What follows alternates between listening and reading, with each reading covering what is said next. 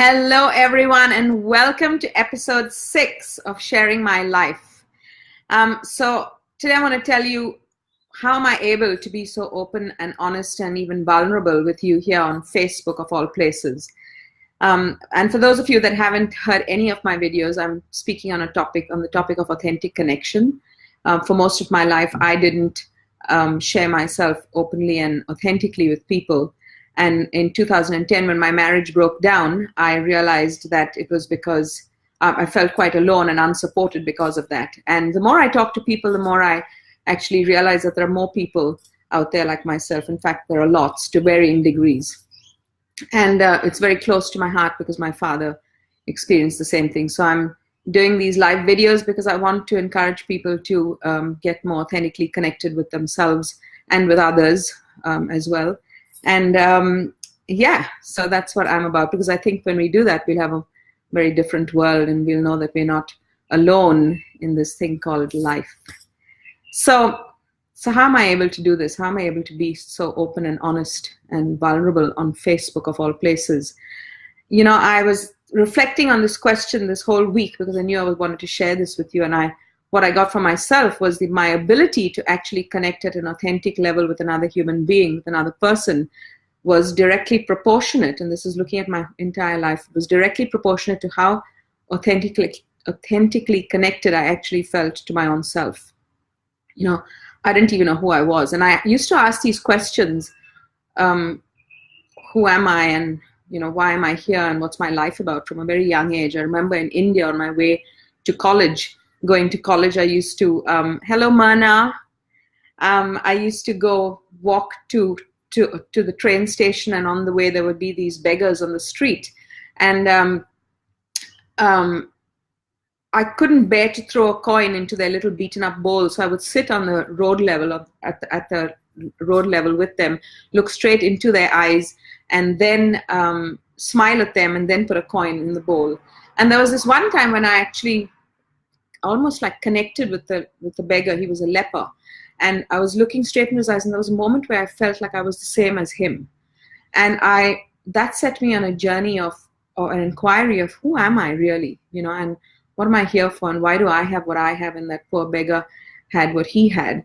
And I never had any answers, and I came here to Australia many years later, got married, and through my busy years in business, those questions used to keep popping up for me. And finally in 2010, when my marriage broke down, I had some time to my hands, and I was very lucky to be in a financial position that I could actually take time out and inquire into my life and ask those bigger questions. Who am I, and why am I here, and what's my life about?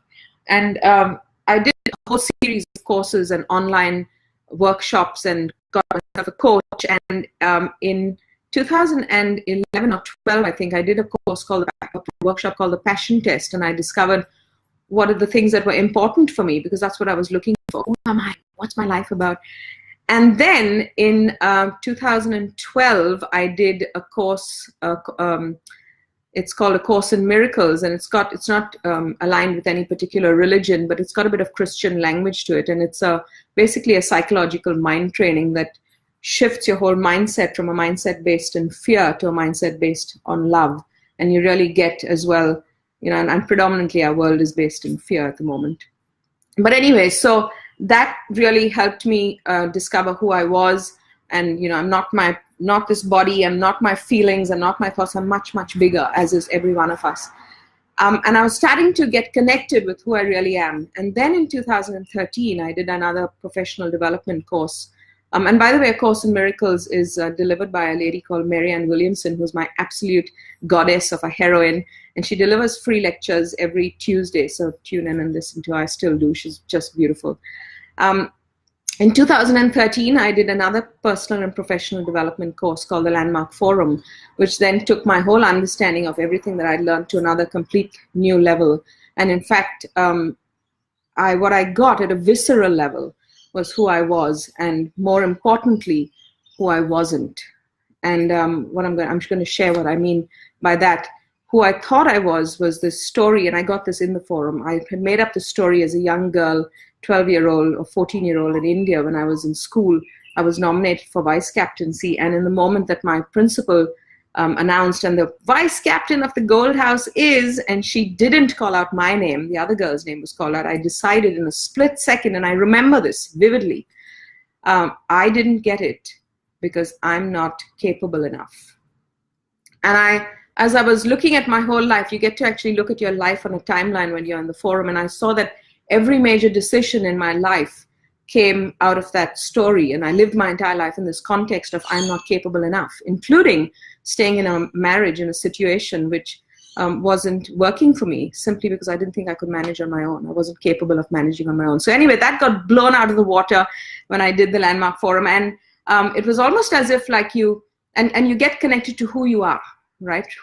I can't even explain it, but you feel like you're like a genie, you know, when Aladdin rubs the lamp and the genie comes out of the lamp and he says, 1,000 years can give you a crick in the neck. You feel like you're unleashed, and you've suddenly got this new sense of freedom to do and create a life that you want, and it's not based on a life of fear. And I want to say that I'm absolutely heart racing over here while I'm talking to you, so it's not as if I don't have fear.